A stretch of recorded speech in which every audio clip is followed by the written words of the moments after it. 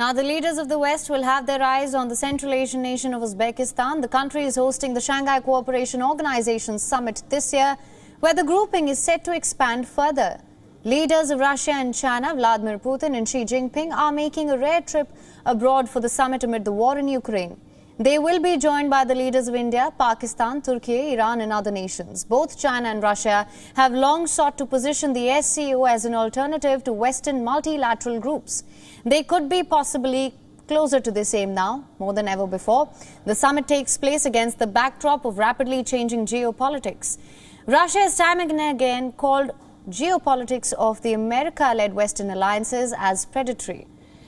It cites Finland and Sweden's NATO application as the latest example. To counter it, Russia is now planning to fall back on its SCO partners, the two top being China and India. China's slant towards Russia over the Ukraine war is clear. Beijing is not part of international sanctions against Moscow. China's relations with the West have also plunged to an all-time low, especially with the United States over tensions in the Taiwan Strait. China is also standing against the US as a hegemon in the Asia-Pacific. So both Russia and China are showing signs of resisting not just American power here, but also the existing global order. India's partnership is also extremely crucial for Russia, the world's largest democracy and a key Quad member. It has maintained close ties with the United States and the West, and at the same time has further strengthened ties with Russia amid the war in Ukraine. New Delhi has refused to take sides in this ongoing war, much to the dismay of the West. India abstained from UN votes on Russian invasion. The country has instead called for a diplomatic solution to the crisis. India's imports of Russian oil have soared since the Ukraine invasion. Russian President Vladimir Putin will be holding bilaterals with India's Narendra Modi. The two are also expected to discuss issues of strategic concern, situation in the Asia-Pacific and bilateral cooperation within the United Nations and the G20. But India may have its reservations. It may have to ponder upon whether or not to back Russia's alternative to West. New Delhi is clearly not anti-West. It even has its long-standing issues with Pakistan and with China, with tensions have mounted over border disputes, along the line of actual control. Now, adding to the list of West concerns is the SCO expansion as well, and the inclusion of its latest member, Iran. Tehran will be gaining a full membership of the SCO. Iran had been long waiting for this diplomatic success. Apart from better trade, economic and foreign ties, what Tehran could be seeking is support from an anti-West grouping, as chances of the 2015 nuclear deal revival look bleak.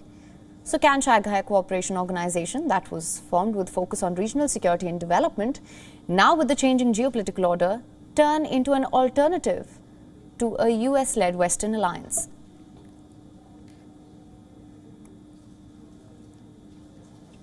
Now, for more on this, we're being joined by our principal diplomatic correspondent, Siddhant Sibal from Samarkand. Thank you so much for joining us, Siddhant. All eyes are on the big bilateral between Xi and Putin today. The Kremlin has called, as I mentioned earlier, for an alternative to West ahead of this meeting. What can we expect?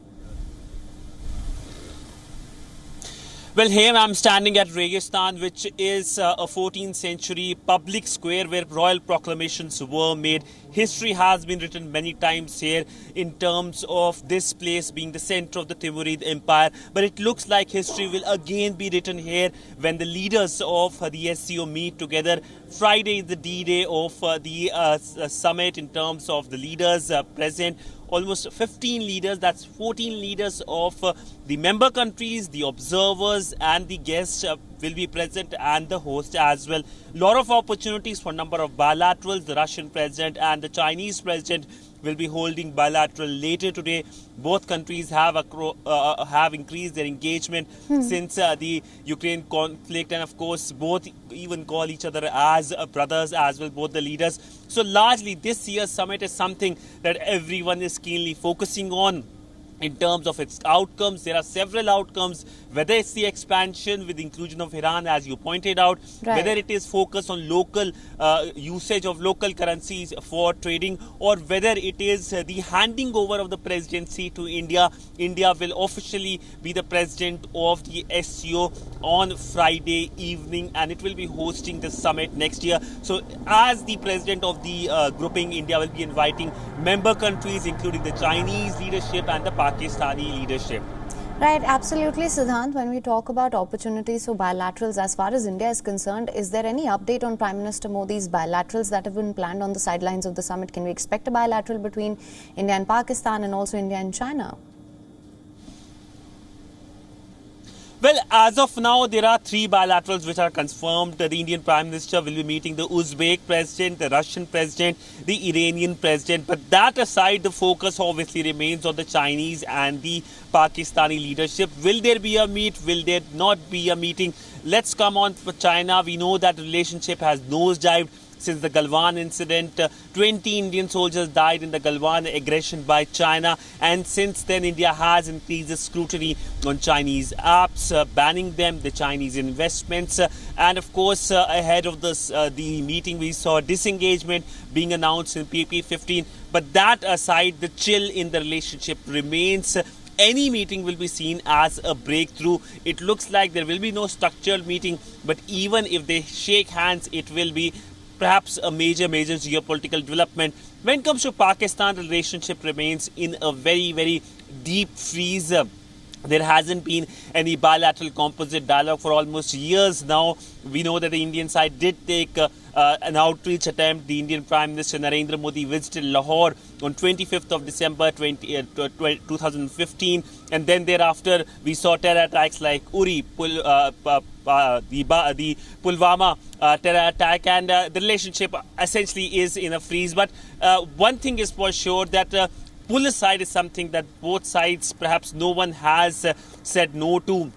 It could happen for simple reasons. First, the Indian Prime Minister recently extended his condolences to the Pakistani side in the aftermath of the devastating floods in Pakistan. And secondly, as part of protocol, the Indian Prime Minister also wrote to Shehbaz Sharif. But it will be a political hot potato for Shehbaz Sharif, who of course faces elections in next perhaps 1 year, and any meeting, any photo op means that his political opponent Imran Khan is going to use that against him in an election year. Right, Siddhant. Also, another big question that has emerged here is looking at the expansion of the SCO and also emerging trends of changing geopolitical order. Do you see this turning into an alternative to a US-led Western alliance? Is that in the cards? Well, for sure, SCO is seen as a grouping which is non-Western. Of course, the grouping started as the Shanghai 5 in 2001. It was created. Its expansion happened in 2017 with India and Pakistan becoming members. And now Iran, of course, becomes the member. Officially, take charge as its member under the Indian presidency that begins on Friday evening. But that aside, yes, today the world is divided between West and the East, and we know that the Russians and the Chinese are very keen on challenging the West-led international order, and that is where SCO plays an important role. It's already a very large grouping in terms of its geography, in terms of its land size, in terms of economy, and now it's expanding to Iran, that's near east, so it will become bigger organization. There are more countries who are keen to join it. We know the Arab countries have shown their interest. They want to become a member at a certain level. We know that in South Asia, in the Indian subcontinent, India and Pakistan are already member. Nepal and Maldives will soon be a member at a certain level. Nepal, in fact, is a member at a certain level. So a lot of activity happening in the grouping. So in the future, this grouping plays an important role, giving a new dimension to the global world order. Right.